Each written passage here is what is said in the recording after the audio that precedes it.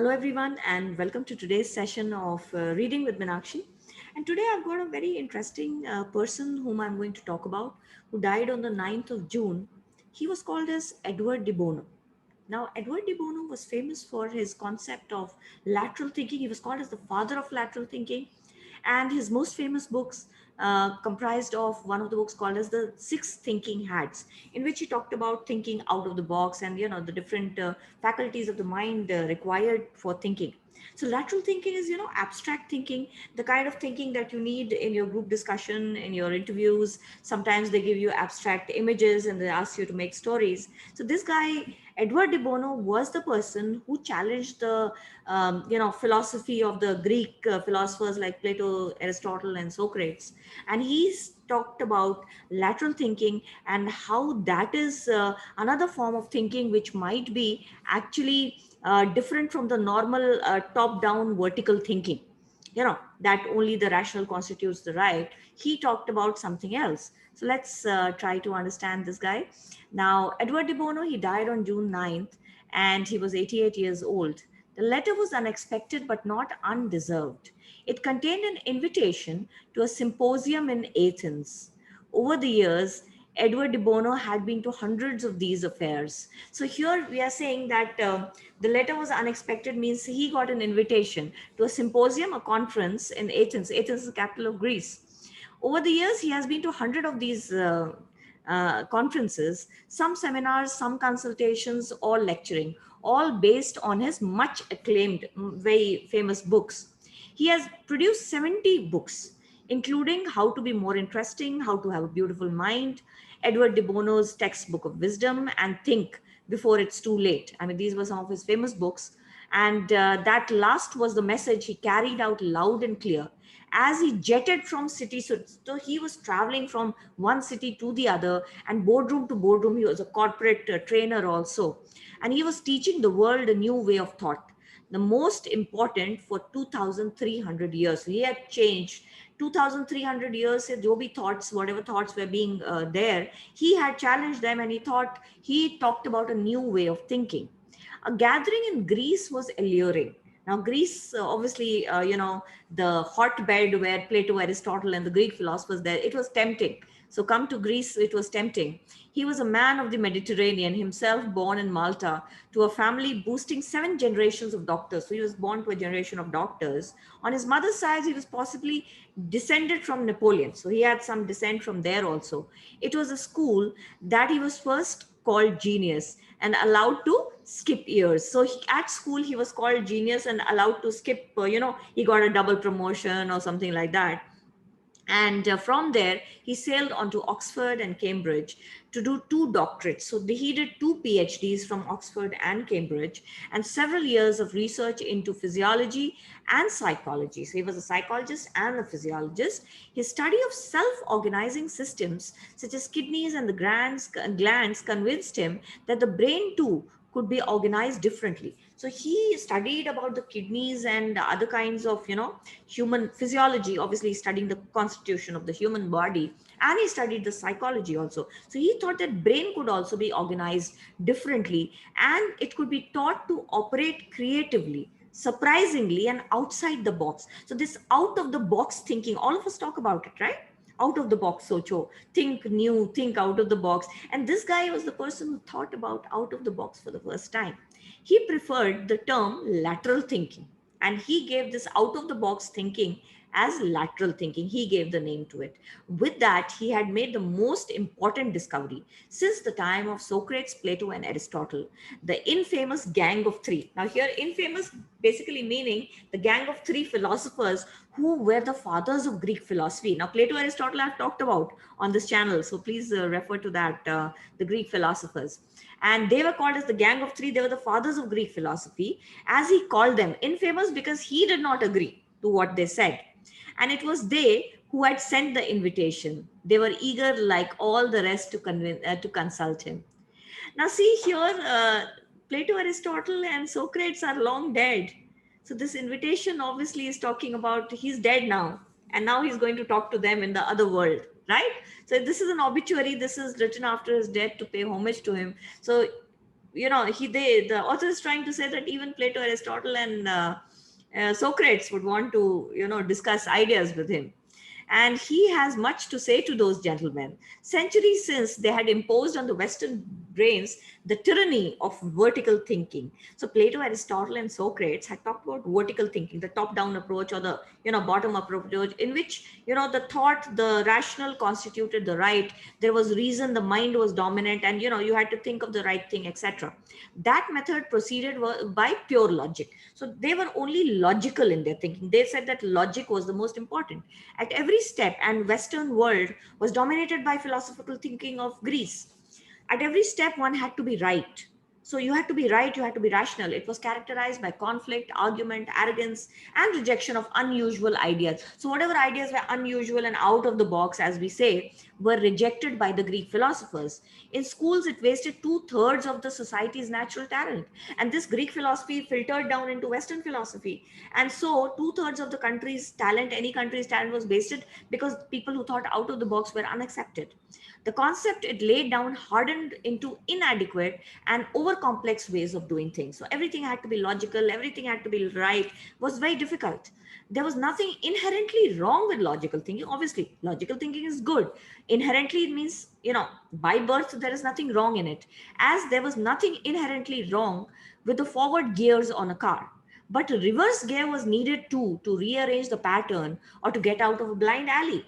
So just like all the cars have got four gears or five gears to go forward, but they have one reverse gear to get out of the alley. Alley means a place where you don't have anything forward. Blind alley means there's a wall at dead end. तो उसे निकलने के लिए you have to have the reverse gear. Similarly, Edward de Bono said that there's nothing wrong with vertical thinking or logical thinking, but the reverse gear also has to be there on thinking, just like a reverse gear in the car, which talks about the opposite of everything. All right, the out of the box thinking, the lateral thinking.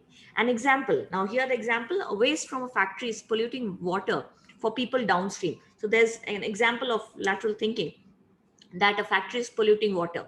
You could install an expensive filtration or rehouse the people. Now you could install a filtration project in the factory, or just remove the people who are living in that area. Okay. Or you could require the factory to take down its water from the downstream. Or what you could do is ask the factory to take the water from the downstream. Simplicity itself and perfect sense, the opposite, right? So instead of the people drinking that water, the factory was leaving the clean water and using the downstream water, which was not affecting the people in that sense. So opposite of what was happening, and the reverse gear, as he called it. All right, the lateral thinking. As soon as he proposed this method in The Mechanism of Mind in 1969, it caught on like wildfire. This idea of his became like fire, it spread. Lateral thinking was taken up by Siemens, DuPont, Goldman Sachs, and the Federal Express, among many. So all of these companies took up this idea. At Siemens, product development time fell by half. So, to the time taken to develop a product, and Siemens is a very, very powerful company in whatever it makes, the time fell by half for product development. It was so much time management could be done. It was adopted in schools from Venezuela to Australia to China, all across the world it was used. In Britain, he was brought in 1998 to shake up the hidebound and exclusive civil service. So the civil service, which was very, very hidebound, means very tightly organized. He was brought to shaken it up and loosen it up and change it during the Soviet Union's perestroika. Now, Soviet Union's perestroika was the changing of the economic system of the Soviet Union, which was introduced by Mikhail Gorbachev. I'll talk about it sometime. His books were top reading in Moscow, and Mikhail Gorbachev had introduced liberalization. So that time, Edward de Bono's books also came into Russia in Moscow, because otherwise they were very closed. They would not allow. So a seminar on a system for the Australian cricket team led to the total thrashing of England in the Ashes series. Now, his seminar to the Australians, so he influenced cricket, he influenced Britain, he influenced USSR, he influenced the companies, the corporate companies like Siemens and Goldman Sachs, and So his detractors means his opponents, silly little idiots, held that nothing in his method was new and most of it obvious. People said that it was obvious. He's telling nothing new. The brilliant results spoke for themselves, but the results of his method spoke for themselves. So did the flow of seekers on his online effective thinking course, his practical training course, etc., and his World Academy of New Thinking in Malta. He made a very decent living from it all. So he earned a lot of money from his courses that he ran in the World Academy of New Thinking in Malta, where he lived. Nonetheless, it might be hard to impress the gang of three with them. Now they're again coming back. He's dead. And now he's going to heaven or whatever place. And he's going to meet Plato, Aristotle, and Socrates. It's going to be difficult to impress them. Pupils at the original symposium had been overwhelmed by the Western thinking of Socrates. Absolutely, of course. And naturally, not they had answered, not daring to put down a no.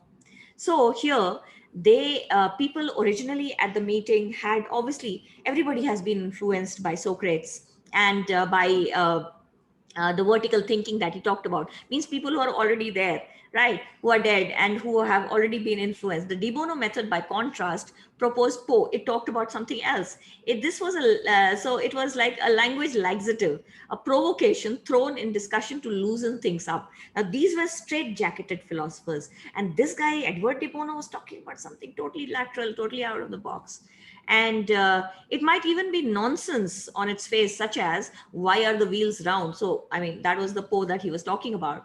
Or putting two things side by side, a caterpillar and a horse, or a food and a shoe, to see what thoughts arose from this rearranging. So if you go give the MyCat exam, the MyCat gives you 4 photographs. So they might give a horse and a shoe, or they might give a caterpillar and a horse, or food and a shoe, and ask you to make a story. So that is the out of the box thinking that they want. This happens in your group discussions also sometimes, in your case studies also sometimes, that you're, in many exams. So this was what Edward de Bono said, that there has to be some connection between all of these things. So can we think out of the box and think about this kind of connection? Can we think laterally? So there was no, and obviously there was no means there has to be some connection between abstract things, different things. Another example might occur in a discussion about picking apples. Rather than arduously means very laboriously reaching to pick up, so picking apples from an apple tree, why not attract apples to the ground, or remove the trees from the apples? So instead of, so he's saying, instead of removing the apples from the trees, why don't we remove the tree from the apple? Well worth exploring. So he said, why can't we explore new methods of doing things? All things considered, though his best bet for his new symposium was a talk on his 6 thinking hats, he could take along 6 toppers in good strong colors. So 6 Thinking Hats was one of his most famous books. In fact, you could read it. And the thinking behind the hats was to make meetings quicker and more productive by taking the ego out of them. Instead, those attending wore hats to grasp another points of views. So what happens, each hat symbolized a point of view, and you could wear that hat and think about the other point of view. A black hat stood for caution and realism, white meant facts, green was creativity, red was feelings, blue was process, yellow was optimism. Trivial, said the idiots again. Again, the idiots, people who did not support him, said it's foolish. It's trivial, means it's useless. But major corporations the world over found it shortening meeting times half by half. So other corporations in the world found that their meeting and the brainstorming they did when they used the 6 thinking hats method actually shortened their brainstorming by half, the time used. So that was really managing the time and getting out new ideas. So please read that book, huh? Thousands of schools used it to make debate civilized. And so, just to make debates not fighting but civilized, you just put on another point of view and think about it. In platinum mines of South Africa, illiterate workers from 14 different tribes learned from it to get on together. So, people who could not think and work together learned how to survive together. In Pakistan, Pervez Musharraf was moved by its talk to peace with India. Pervez Musharraf was inspired by that concept to talk peace with India. I mean, something totally out of the box. No doubt it had its uses in the Middle East, though its neatest lateral solution in that case was to ship out Marmite yeast extract to both Arab and Israelis to increase the zinc in their diets and make them less irritable with each other. So again, another lateral solution was to make the Arab and Israelis, to make them less irritated with each other.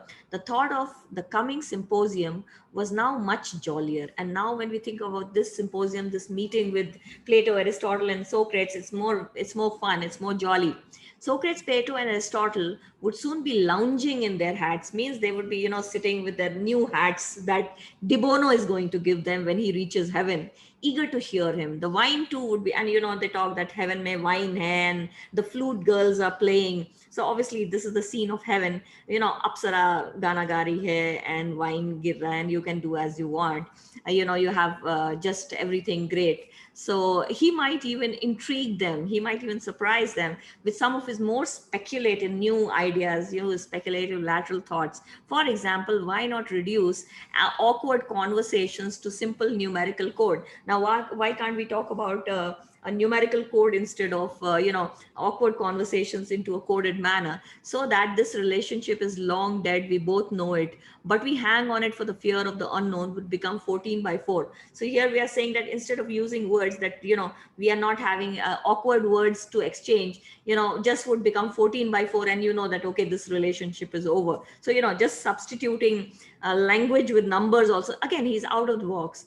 Or why not save wine from spoiling by decanting each large jar on purchase into smaller screw top containers? Now, even the heavenly ladies who are pouring, the flute girls who are, pouring the wine, why not, have small jars instead of the big decanter, which is wasting the wines he's talking about? Or ignoring the gang's full beards and, the beards of the people. Have they ever thought while shaving of keeping the razor still and moving their heads instead? So, you keep your razor and you move your face instead of moving the razor. Why can't you think again out of the box? And in fact, it worked rather better. So he's saying it worked rather better if you would use, shake your head instead of, moving the razor. Before evening was out, they too would be toasting his genius. And they are saying that in heaven, they, meaning Plato, Aristotle, and Socrates, would be toasting his genius, means saying cheers to the genius that Edward de Bono is. It's a beautifully written obituary paying respect to the lateral thinking and the out of the box thinking of Edward de Bono. I hope you enjoyed this article. It was very different from the normal ones that we read, and I thought it was worth talking about it. So please do comment, like, and share. We love getting your feedback. And this is all for today. Bye bye. Take care.